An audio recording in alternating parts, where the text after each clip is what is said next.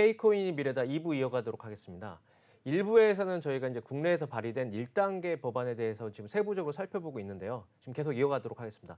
회장님, 지금 이번에 그 또 법안 중에 좀 특이할 만한 사항들이 그 은행에 대해서 예치를 보호할 수 있는 예금자 보험 제도에 대한 예금자 제도가 이번에 법안에 좀 발의됐다고 하는데 뭐 이건 어떤 상황인가요? 예, 지금 예를 들면은 고객들이 뭐 업비트에다가 현금이나 토큰을 예치를 하잖아요. 예, 예. 그럼 예치된 부분인 경우에 만약에 지금 테라루나 같은 경우 뭐가 문제가 됐습니까? 폭락? 본인들이 폭락을 했는데 그걸 네네. 자산 준비금이 없다 보니까 그렇죠. 그대로 투자자 피해로 이어지잖아요. 예, 예, 맞습니다. 그리고 두 번째는 그 거래소인 경우는 FTX가 지금 똑같은 사례가 나는 거죠. 그렇죠. 맞습니다. 그래서 거래소를 비롯한 그 가상자산 사업자는 고객이 예치한 현금이나 토큰을 은행과 같은 공신력 있는 외부 기관에 예치를 하고 그것을 그 거래소 명의가 아닌 개별 뭐 강성우, 장세준 그렇게 특정 누구누구의 재산이다로 예치를 하도록 해서 설령 그 거래소가 망했다 하더라도 고객이 예치한 현금이나 토큰을 회수할 수 있도록 이용자 보호 규정을 만든 겁니다. 그러면 이게 아까 말씀드린 대로 뭐 해킹, 뭐 최근에 지닥에서 발생한 뭐 해킹 사건들도 방지할 수 있는 기회가 생기는 걸로 보이는데, 그러면 지금 이걸 가상자산 위탁을 할 수 있는 그 규정안 자체가 이번에 새로 신설된 거라고 보면 되는 거죠? 이것이 이제 그 이번에 1단계 가상자산 보호법은 개정안이 아니고 제정안이기 때문에 네네. 신법이기 때문에 예, 예. 여러 가지 있던 얘기들을 하나씩 반영 도입했다고 보면 되는 거죠. 그러면 보관 규정은 지금 어떤 식으로 좀 규정이 되어 있을까요?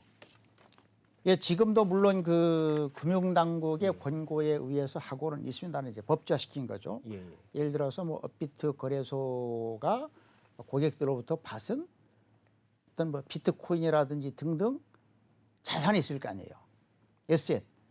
그것인 경우는 그 업비트가 자체 보관하지 말고 보관을 하되 그것을 전부 다 통으로 하지 말고 강성우 비트코인 몇 개, 장세준 몇 개 이렇게 하는 것처럼 전부 다 개별적으로 이용자를 구체적으로 정해서 보관을 해라. 그리고 두 번째 부분인 경우는 이번에 그 지닥 같은 경우 해킹 때 문제가 되지 않았습니까? 예, 예. 하드월렛, 콜드월렛. 그래서 여기 보면 인터넷과 분리하여 안전하게 일정한 비율은 보관을 해라 하는 것처럼 일정한 현재 한 70% 정도는 콜드월렛에서 보관을 하도록 해 아예 법제화 시켰다. 그리고 그 외부 위탁하는 경우만 하더라도 보안 기준을 충족하는, 다시 말씀드리면 신뢰할 수 있는 외부 기관에 그것도 보관을 위탁하도록 해라. 그래서 설령 해킹을 당하더라도 아니면 그 거래소가 망하더라도 고객들이 예치한 토큰을 회수, 찾을 수 있는 규정을 이번에 명확하게 법제화시킨 겁니다. 그렇다면 지금 이용자 보호를 위해서 해킹이나 전산 사고 등의 문제가 발생했을 때 이에 따라서 뭐 책임 이행을 어떤 지금 방법으로 좀 규제안을 새로 만들어 예, 것입니까? 일반적인 방법은 보면은 보험에 가입하는 거죠. 예, 예. 아니면 뭐 그 건설 공제 조합처럼 공제, 아니면 준비금. 그 지난 그 3구 대선 당시에 본 윤석열 대통령이 바로 이런 그 해킹이나 전산 장애가 생겼을 때에 피해가 그 고객들이 피해를 입을 수 있는 부분을 보전 방안을 찾자고 공약을 했었죠. 그 공약을 반영을 해서 해킹이나 전산 장애 등 사고가 생겼을 때에 그 사고로 인한 고객들의 피해를 보전할 수 있도록 거래소인 경우는 보험 또는 공제에 가입을 하거나 아니면 준비금을 적립해뒀다가 사고가 발생하면은 해당되는 고객에 그만큼 반환을 해줄 수 있도록 아예 법제화시킨 겁니다.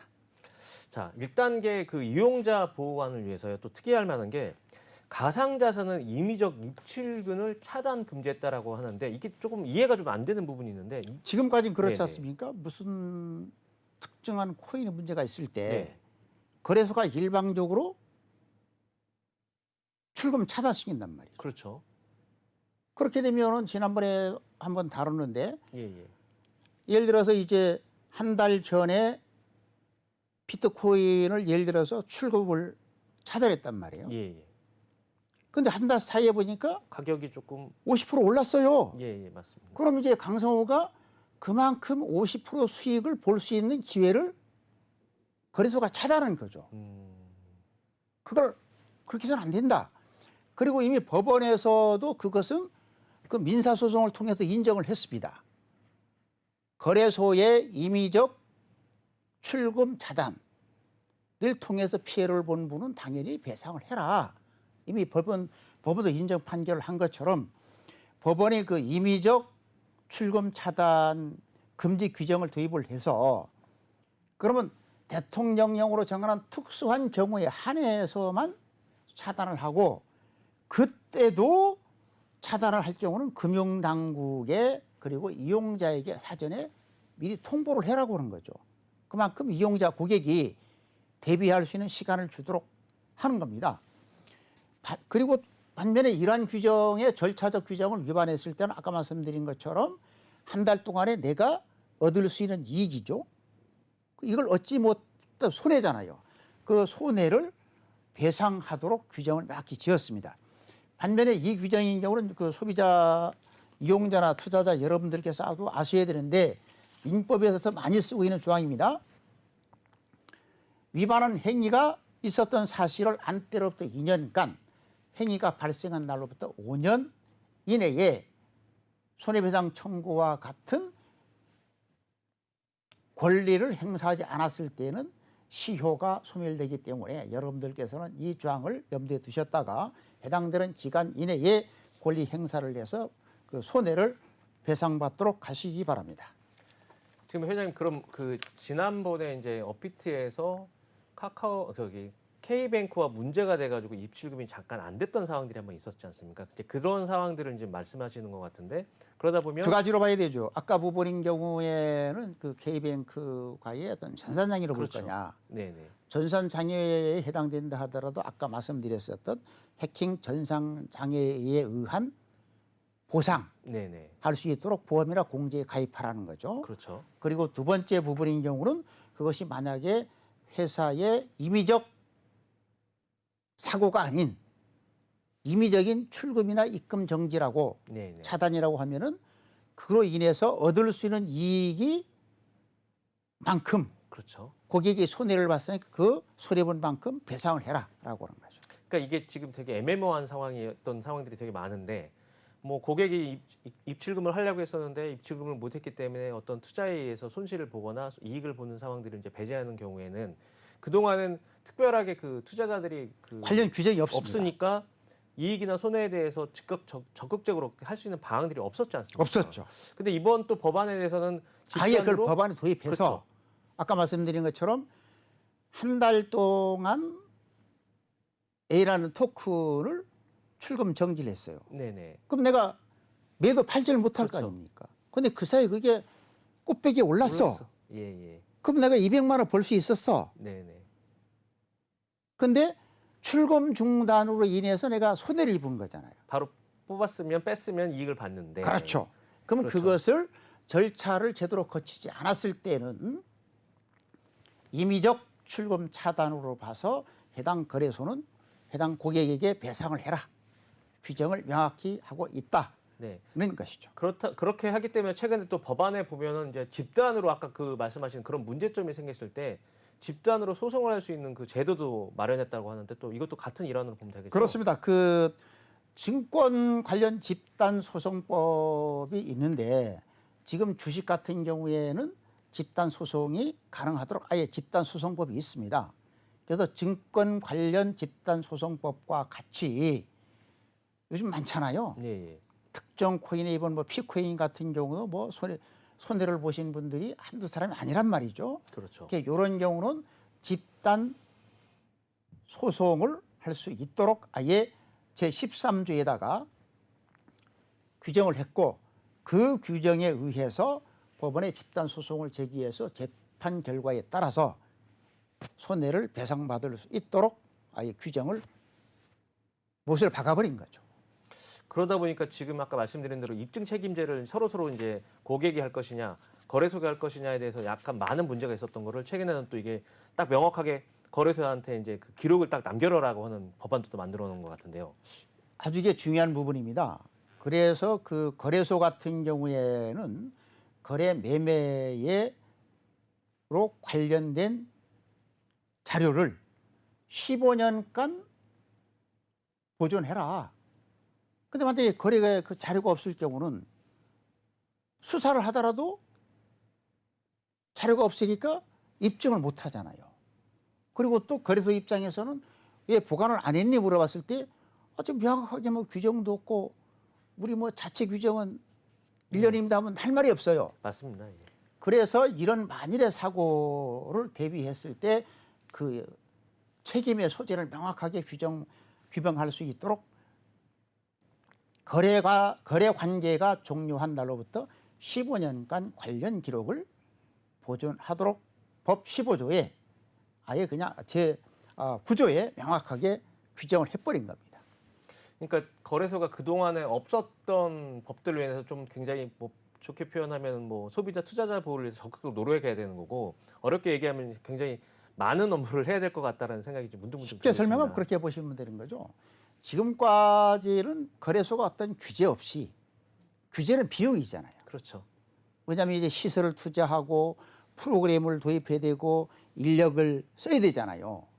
그럼 별다른 비용 없이 거래 수수료 이익을 챙겼다고 하면은 앞으로는 증권거래소와 마찬가지로 여러 가지 장비, 소프트웨어, 인력을 통해서 비용을 지급을 해서 제도적으로 투자자를 보호하는 거래소만이 살아남을 수 있다. 즉 한정된 수익에서 비용이 늘어나는 그런 결과를 초래하는 거죠. 그러니까 회장님 좀 쉽게 얘기하면은 그동안 거래소들이 스스로만 이렇게 이익을 하고 투자자들한테 뭐 어떤 행위들을 안 했기 때문에 생태계가 계속적으로 발전할 수 없었다라는 부분들이, 그렇죠.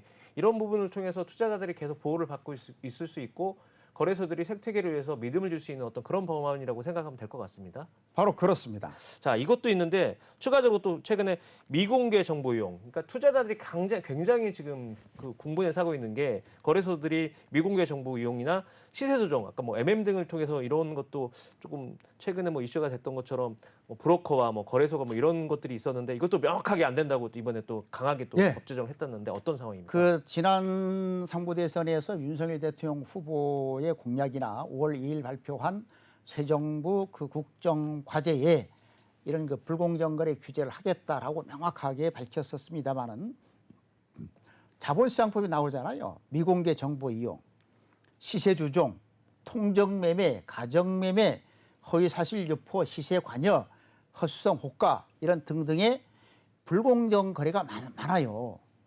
이런 부분을 자본시장법에 있던 내용을 그대로 갖다가 도입을 해버린 겁니다.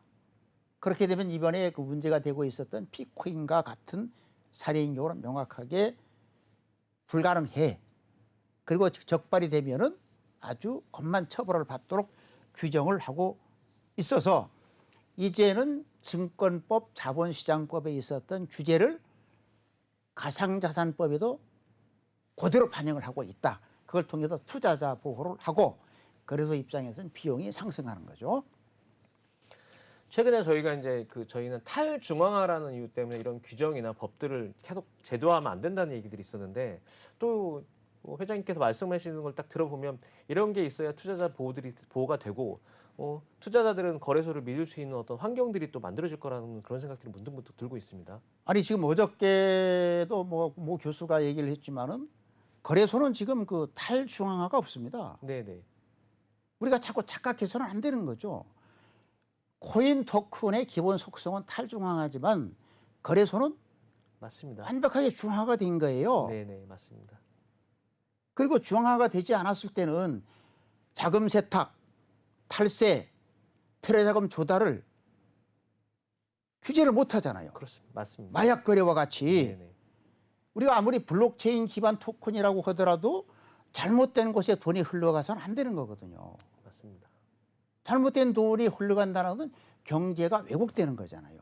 그런 것들을 정확하게 이번에 그 자본시장법이나 증권법과 같은 규정들을 도입을 해서 중앙화된 거래소로서의 책임과 의무를 다해라 규정하는 거죠. 그러니까 맞는 말씀입니다. 그러니까 거래소가 탈중앙화가 아니라 이런 블록체인이나 가상자산이 그 탈중앙화지 거래소는 탈중앙화가 되면 안 되는데 그렇죠. 저희가 굉장히 많이 오해를 하고 있는 상황 속에서 착각하고 예, 있었습니다. 그러다 보니까 지금 이번 또 법에서 명확하게 거래소들한테 니네 이상거래 감지 시스템이나 이런 것들을 의무적으로 명확하게 또 규정도 하고 있는데 이 내용도 같은 일맥으로 보면 되겠죠? 이게 문제가 있습니다. 그러면은 거래소가 우리나라도 지금 뭐 27개잖아요. 감독 공무원이 그 매일 가서 상주해가지고 그 거래 상황을 볼 수가 없단 말이죠. 그래서 1차적인 책임은 거래소가 자체적으로 불공정 거래 행태 하나하나가 이루어지는지 여부를 자체적으로 감시해라. 아예 법제시켜버린 겁니다. 그동안인 경우는 그 작년도 7월 14일 날 그 코인마켓 거래소 공동 가이드라인 기초안에 이미 그걸 반영을 했습니다. 그때 당시도 논란이 뭐냐면 증권과 같은 이런 이상 거래 감시를 거래소가 한다면 비용이 엄청나게 드는 거 아니냐. 들죠. 그래서 아예 아까 말씀드렸었던 것처럼 감독 공무원을 각 거래소마다 상주시켜서 감독할 수 없으니 1차적으로는 거래소들이 불공정 거래가 일어나고 있는지 여부를 상시 감시 의무 규정을 두고 만약에 비슷한 사례가 나오면 즉각 금융당국에 보고를 하고 금융당국이 즉각 조사, 검사를 해서 문제가 생기면 수사 의뢰를 해서 그런 행위를 빠르게 차단시키고 처벌을 하자. 그렇게 되면 그런 행태가 확연히 줄어들겠죠. 그럼 시장이 안정되면서 투자자 보호가 되는 겁니다. 또 이번에 법이 또 특이할 만하게 또 주목할 것이 또 그 거래소뿐만 아니라 당국에도 또 어떤 그 명확하게 또 감독을 하라는 이거 규정도 또 들어가가지고 참 좋은 것 같습니다. 우리가 한번 다뤘잖아요. 예, 맞습니다. 아니 그 금융당국이 거래소 조사 검사를 갔는데 명확한 법적 근거가 없다 보니까 거래소 입장에서도 빡세게 받을 이유가 없는 거예요. 또 공무원들도 할 권한이 없잖아요. 두 번째는 8년에 따도록 처벌할 근거가 없었다. 그래서 아예 이번에 법 16조에서는 금융당국에서 가상자산 사업자에 대한 어떤 조치, 경고, 주의와 같은 것을 하거나 임원들에 대한 해임, 면직 등을 할 수 있는 조치 권한까지도 규정을 함으로 인해서 가상자산법이 실제 현장에서 실행될 수 있는 실효성을 확보하고 있습니다. 자, 시간 관계상 마지막 질문 하나 하겠는데요. 그 회장님 보셨을 때 이번 1단계 법에 대해서 어떤 실효성 하고요.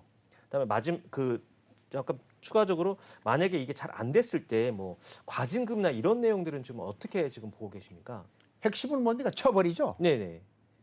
아무리 수사를 하면 뭡니까? 처벌이 되어야 똑같은 범죄가 안 생기는 거잖아요. 예, 맞습니다.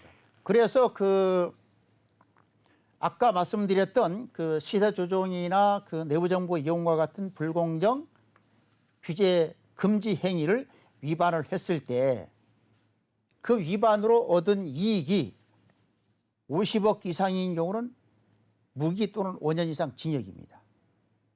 50억 이상인 경우, 50억 미만인 경우는 3년 이상이고요. 그리고 그 다음에는 벌금을 얻은 이익의 3배 내지 5배 벌금을 매기고요. 또 하나 더 있습니다. 자격정지. 해당되는 기업이나 해당되는 그 개인에 대한 10년 이하의 자격정지까지 해서 자 우선 징역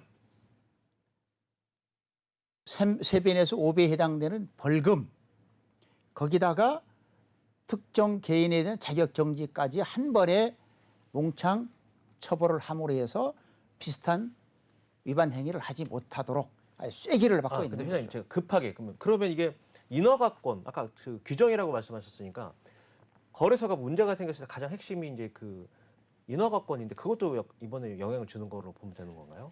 그런 부분도 영향을 주는 거죠. 예를 들면은 이번에는 그 불공정 거래 규제만 했기 때문에 예, 예. 1단계 법안에는 규정이 안 됐고요. 그럼 2단계 법안에 가서 그걸 영업행위 규제라고 하거든요. 네, 네. 그럼 2단계 법안을 만들 때에 어떤 조항을 위반을 했을 때 요 법안인 경우는 영업 정지, 요 법안인 경우는 아예 영업 취소까지도 갈 수 있도록 내년도 정기국회에서 심의할 법안에 반영될 겁니다.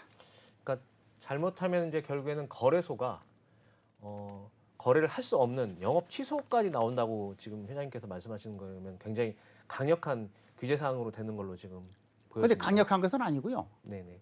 이미 그 주식 등을 다루는 자본시장법에 있는 규정을 그대로 갖다 쓰는 것뿐이에요. 그럼 이제는 그동안 우리가 자꾸 그 말을 했습니다. 토큰, 블록체인 기반 탈중앙화 했기 때문에 주식 같은 증권형으로 도입해서는 안 된다. 그런데 그 결과는 뭡니까? 투자자 보호가 안 되고 소수만 이익을 보면서 시장의 생태계가 붕괴되고 있는 상황이거든요. 그래서 이런 부분을 이번에 명확하게 규정을 하고 쐐기를 받고 있다. 그렇게 보시면 됩니다. 자, 강성우 회장님과 함께 가상자산 1단계 보호에 관련돼서 자세한 말씀 살펴보았습니다. 오늘 말씀 감사합니다, 회장님.